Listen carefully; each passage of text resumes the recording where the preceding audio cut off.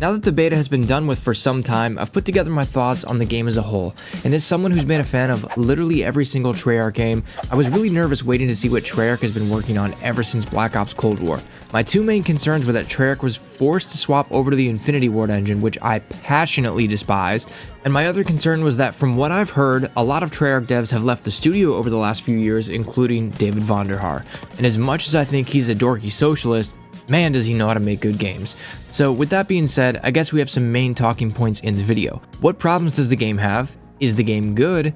And ultimately, does it feel like a Treyarch game? With all the recent Call of Duty games kind of feeling very samey for lack of a better word, I've been really hoping that Black Ops 6 brings something new and fresh to the Call of Duty series while also still having that special Treyarch magic. Now, when I first saw the marketing for Black Ops 6, I was pleasantly surprised that this did look similar to Black Ops Cold War. Then when we basically had the entire beta get leaked because of the whole PlayStation 4 being jailbroken situation, many people were saying that the game looked and felt like a Cold War 2.0. Now, for some of you out there, that's a problem, but for me and all the people who don't sniff glue, that's a good thing. Cold War is the only game in the last 5 years that really stands out as being unique. And don't get me wrong, Sledgehammer is doing a great job this year with Modern Warfare 3. While it's not necessarily my favorite game, it's definitely a massive improvement over Vanguard and Modern Warfare 22. While the yearly release cycle for Call of Duty has always created problems in the continuity of the series from game to game, one of the main benefits was that each year the game always felt new and different. And if you hated the current game, you only had to wait one more year for a new release.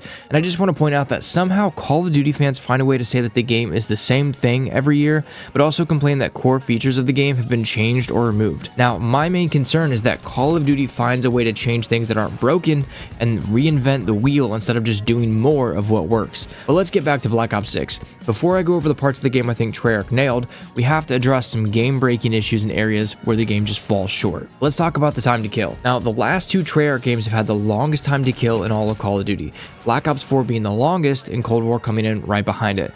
Now, I would love to go back to having a time to kill similar to Black Ops 4, but I understand that that's not everyone's cup of tea, so I'm willing to compromise and be happy with the time to kill we had in Cold War.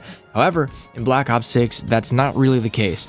Treyarch put out a statement during the beta that the time to kill in the game is similar to Modern Warfare 3, and that's faster than I'd prefer. They also said they were listening for feedback and will make adjustments, so we'll see what happens. But in its current state in Black Ops 6, there are a lot of moments where it feels like you're almost playing hardcore because the time to kill is so fast. There are so many times when I was playing that I died to what felt like a 1 millisecond. And I can't figure out if it's because of the way that it's designed, the weapon balancing, or what we're going to talk about next. And that's the connection quality and non-stop packet burst. This has been an ongoing issue for the last few years with Call of Duty, and I have no idea how it's not been fixed yet. Now, it could be that the game will smooth out over time, but I don't have a lot of hope because it's an ongoing issue that's happening in Modern Warfare 3 right now. For Weekend 2, I did manage to find a solution that got rid of most of my stuttering, but it was really bad at first. Look at the clip on screen right now. This is not edited. This is not a one-off instance. I just recorded myself walking around so you can see how much the packet burst and stuttering was affecting my game. And it may be due to on-demand texture streaming, which is required to be on and can't be disabled, which why is that a setting that I can't turn off? I don't need texture streaming. Just let me run the game with the settings I want. I don't need to stream HD textures. I just want a consistent experience, a consistent frame rate, and no packet burst, no lag, no stuttering. But apparently that's too much to ask for.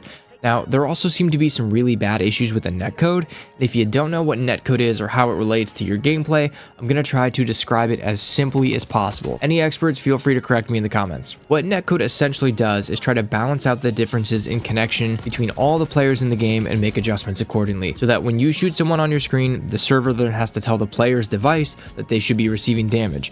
Now, because everyone has a different connection quality, ping to the server, and internet speed, the netcode tries to balance all of these things out just to give everyone the most fair and balanced experience. Now, I had a lot of situations where I was just getting deleted in what felt like one bullet, only to watch the kill cam and the person was spraying me down with half a mag. So there's definitely some work to be done on their end to tighten things up so players get proper feedback on what's happening in the game.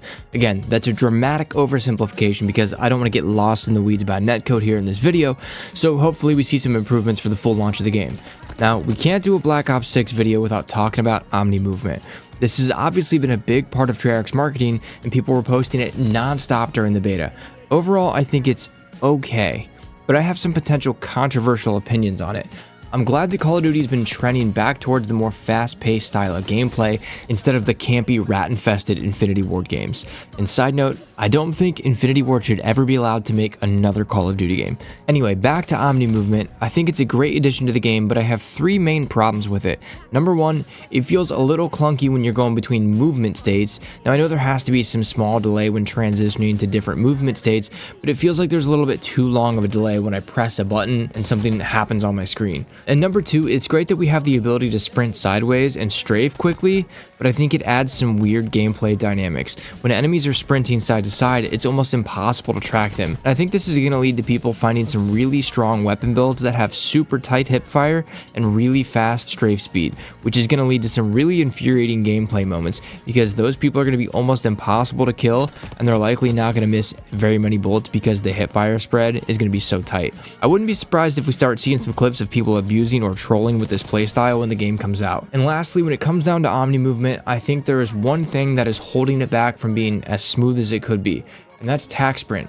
Tac sprint is such a bad mechanic for any arcade shooter, and it just makes no sense here. I don't need a walk speed, a jog speed, a sprint speed, and a tac sprint speed. Even Nadeshot said that it just makes no sense in this game. They either need to remove sprinting from the game or tac sprinting. Having 3 different types of motion in the game is just really weird to me. You can ADS walk, you can fucking walk, you can sprint, and then you can tac sprint. And I know people are gonna say like it's a skill gap issue, it's a skill gap thing, but I genuinely don't think it makes sense for there to be 2 different versions of sprinting. It makes things feel awkward and wrong to me. And to anyone that thinks tac sprint makes this gameplay more smooth, explain to me how lurching forward and backwards while sliding is considered smooth gameplay and movement. Now, I don't want the gameplay to be slow, so I think the best thing to do would be just remove tac sprint entirely and just increase the base sprint speed. Also, if you didn't get a chance to play with it and try it out, all the Omni Movement features work better